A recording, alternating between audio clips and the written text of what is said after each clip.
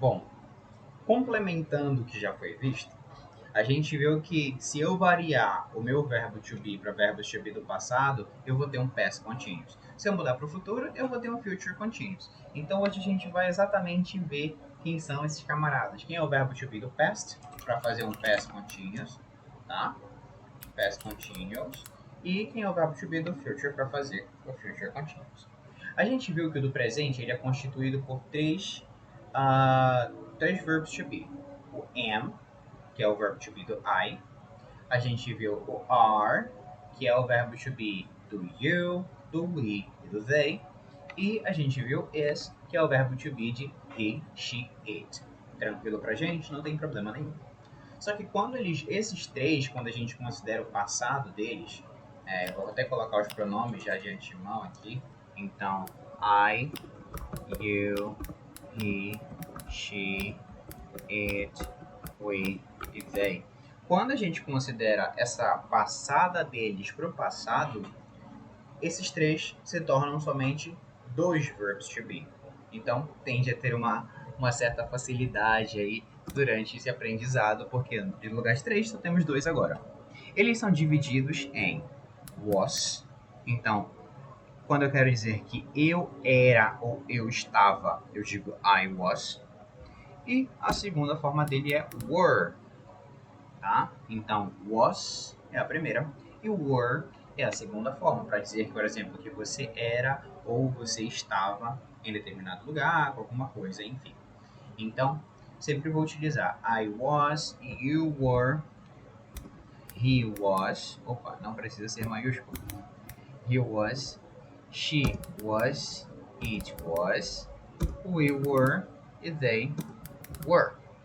Então, dessa forma, eu vou conseguir formar frases que agora são passado contínuo. Por exemplo, se eu quiser dizer que eu estava assistindo, eu vou dizer I was watching, seja lá o que for. O nome de um filme, estava assistindo uma série, estava assistindo alguma coisa, é só eu colocar ao lado.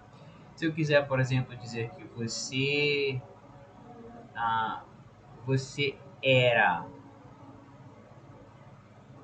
Deixa eu pensar numa característica aqui. Eu quero dizer que você era. Você era chato. Chato mesmo. Você era chato. You were boring. Boring é essa característica do chato, né? De quando alguém era chato. Eu quero dizer que ele era um. Ele era um contador. He was an accounter, né? Ou accounting. Ele era um contador accounting, isso mesmo.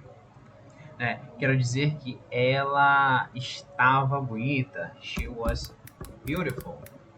Então, tanto era quanto estava, é só eu fazer essas modulações do meu verb to be.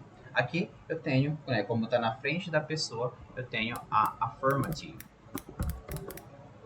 Indo para o lado, eu posso criar aqui uma negative. E para criar negative, eu sigo aquele preceito. Eu preciso ter o verb to be mais o not. Tá? Nesse caso, a contraction dele vai ser com o to be mesmo, não tem como, né? Então, acaba deixando o I sozinho e virando um wasn't. Wasn't. A mesma coisa aqui, por exemplo, com o you, were, not, ele vai acabar se tornando um you sozinho. E eu vou ter essa contração aqui formando, só o N tem que vir para antes. Então, aqui é you weren't, tá? E aí eu vou ter essa construção. He wasn't. She wasn't. It wasn't. We weren't. They weren't.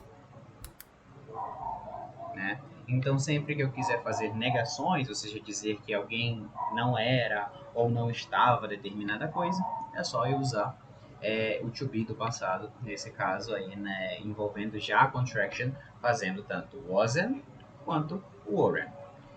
A gente viu também que forma interrogative. Interrogative. Para fazer uma interrogação, basta eu começar a minha frase com o verbo to be, né? Basta ele vir antes da pessoa, melhor dizendo.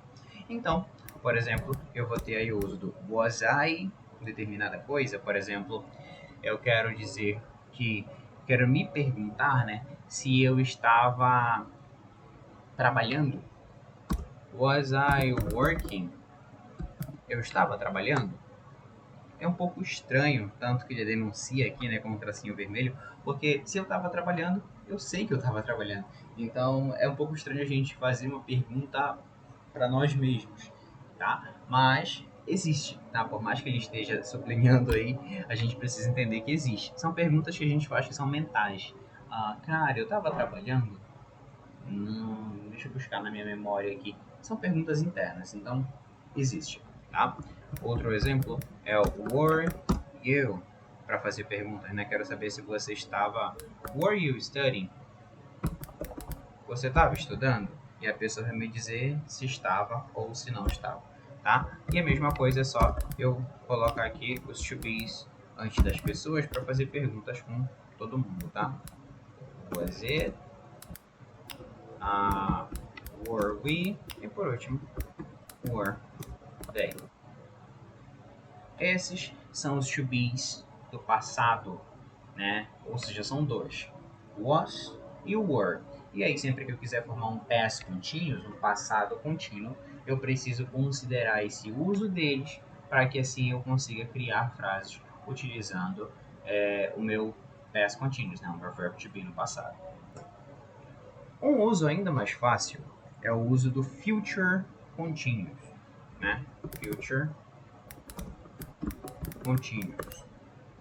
Ele é ainda mais fácil porque o verb to be do futuro é apenas um, né?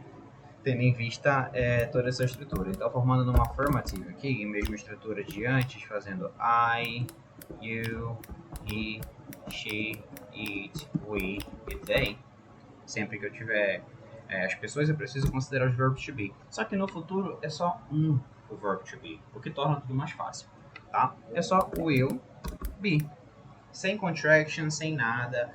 Toda vez que eu falo I will be, eu devo considerar as duas traduções dependendo do contexto. Eu serei ou eu estarei alguma coisa.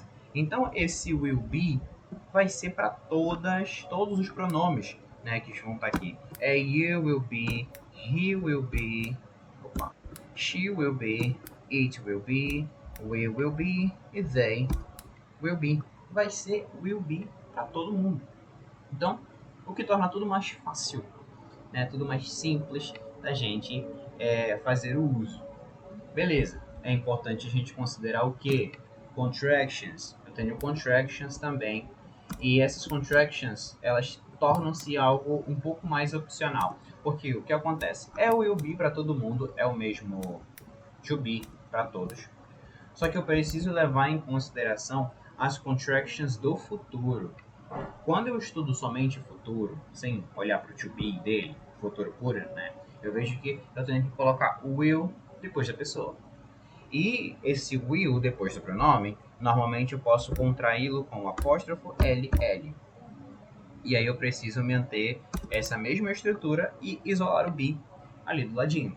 Então, no lugar de I will be, eu posso pronunciar all be, porque a contração de I will é all e o be fica isoladinho ali no cantinho dele. Então, all be, eu vou ter também y'all be, aqui ao lado all be, ao lado desse aqui também shall be, ao lado dele aqui eu vou ter um it'll be, ao lado do i eu vou ter um will be, e já referente ao they eu vou ter um thou be. Essas são as contractions que eu preciso lembrar. E talvez se eu quiser falar na forma contraída, é um cuidado que eu preciso ter, porque eu entendo, né? É bem diferente. A gente tem o am, por exemplo, que é bem próximo. I am, é um raciocínio que a gente faz foneticamente bem próximo, um raciocínio lógico, é tudo do lado, né? Mas quando a gente fala, por exemplo, de I will se tornar um all, wall, hall, shall, it'll, will e doll, eu entendo. É diferente, é bem diferente, né? All, yo, hall, a gente talvez batendo o olho a gente nunca conseguiria fazer esse raciocínio lógico, e é uma dificuldade que talvez ela venha se externando desde lá do estudo simples de futuro até para cá pro futuro do to be, né? Então é o seguinte, podem utilizar will be normal. I will be traveling, eu estarei, né, viajando, e enfim. Então esse é um cuidado aí que eu recomendo para vocês tomarem, tá? Levando em consideração a negative, indo para cá pro lado, negative. Opa, dá mais um espacinho para ficar melhor de margem.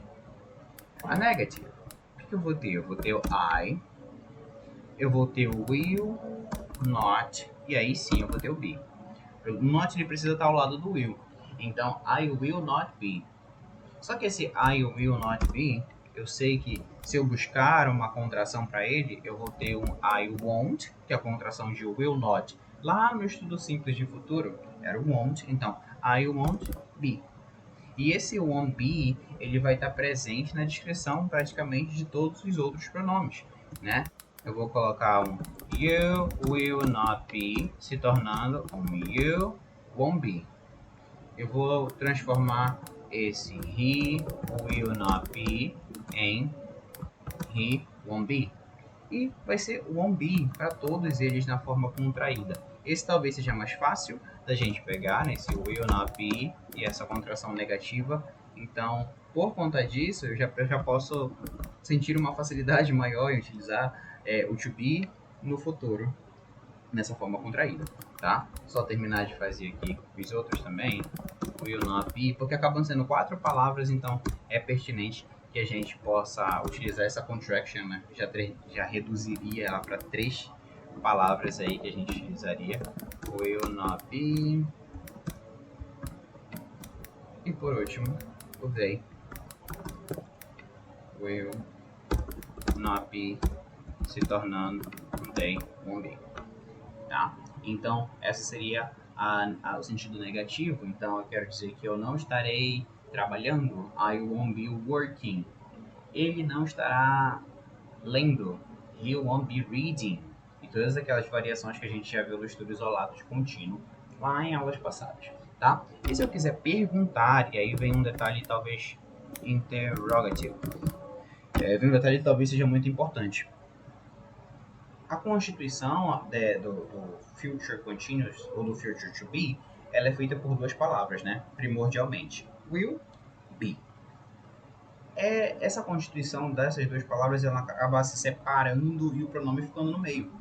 Então, por exemplo, quando eu quero formar frases interrogativas, eu começo com o will, coloco o pronome e aí eu venho com o be.